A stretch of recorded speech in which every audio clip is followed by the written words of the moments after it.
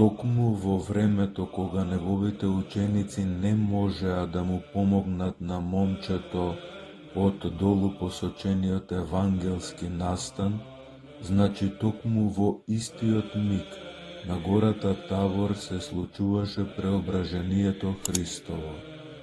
Тројцата ученици кои беа со Христа ја видоа несоздадената светлина и побараа од него за секогаш да останат горе, на Тавор. Горе беше светот на благодатта. Долу пак во светот на безизлезот, еден татко беше обезнадежен во однос на својот болен син. Оваа обезнадеженост може да биде сечија безнадеж. Сепак, чудото започна на Тавор, но ќе се исполни среде народот. Токму затоа значи, Христос не остана на Тавор, туку од светот на благодатта влезе во светот на безизлезот за да го преобрази, да го облагодати, да го исцели, да го осмисли и да го осветли со неговата несоздадена светлина.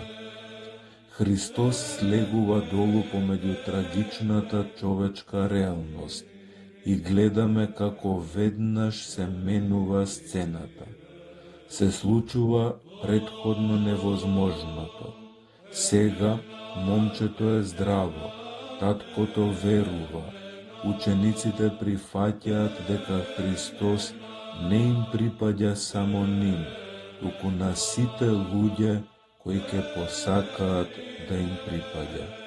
Следствено, човекот е повикан да ја негува мажествената и сихастичка духовност, да согласно на толкувањето на зборовите «Нека дојде царството Твое», при што царството Негово е благодатта Божја, повикан е без престан да живее во тоа царство на благодатта, без престан да го живее собствениот личен Тавор.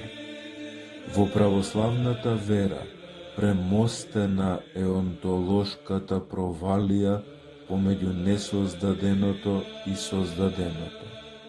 И луѓето се повикани на обожение со несоздадената светлина Божја.